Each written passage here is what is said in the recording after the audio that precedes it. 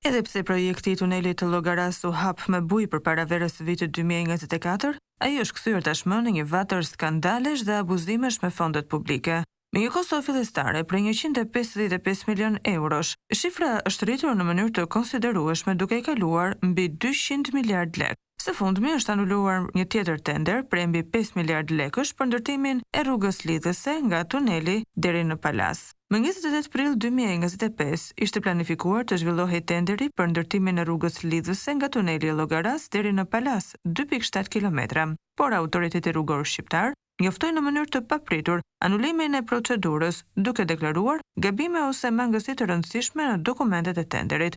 Vlera e tenderit ishte 506 milion lek pa TVSH, rreth 5.1 milion euro. Burimet zyrtare dyshojnë se anulimi është pjesë e një skeme për të kontrolluar ofertuesit dhe për të manipuluar më tej garën, një model ky që është vërejtur edhe më parë në projekte të tjera publike, I lidhur me figura të njohura në infrastruktura shqiptare. Tuneli, edhe pse u inaugurua para verës së vitit 2024, u mbyll pas disa muajsh për punime të papërfunduara.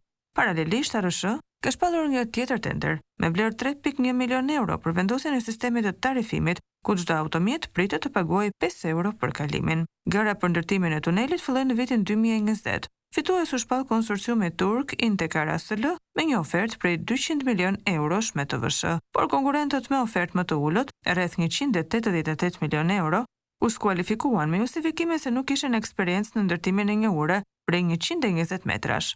Kompania shqiptare Gjoka Konstruksion, që doli si nënkontraktore e projektit, ishte gjithashtu pjesë e një tenderi të mëparshëm të anuluar, ku kishte ofertën më të mirë. Mbikëqyrja e punimeve ju dha bashkimit të kompanive Hill International dhe Net Group, kjo e fundit lidhur me Walter Begajn, ish ortak I ish drejtorit të ARSH Seviz Berberi, të dy u arrestuan në mars të vitit të kaluar për korrupsion dhe pastrim parash. Sipas pak, tenderet e fituar nga Net Group shkojnë në miliona euro dhe janë firmosur nga Berberi. Parat më pas transferoheshin në kompanin tjetër DAM, e kontrolluar në mënyrë të fshehtë, po nga Berberi. Në dhjetor të vitit 2022, Belinda Balluku, në cilësinë e zëvendës kryeministres, firmosi 2 akte normative që I shtonin 5 miliard lek, 50 milion euro buxhetit të Ministrisë së Infrastrukturës, pa analiza të detajuara financiare. Kontrolli I lartë I shtetit e ka konsideruar këtë një veprim të palishëm. Fondet u përdorën për projekte si tuneli Llogaras dhe rruga e Arbrit, të dyja të dhëna nga Gjoka Konstruksion. Aktualisht në krye të ARSH është Gendian Gjyli, I besuari I Ballukut. Më 11 prill 2025, ai u paraqit në SPAK për të pyetur në lidhje me abuzimet me tenderët, përfshirë edhe anulimin e fundit të rrugës lidhëse të tunelit. Ai është thirrur disa herë më parë në SPAK, që pas arrestimit të paraardhësit të tij Eviz Berberi.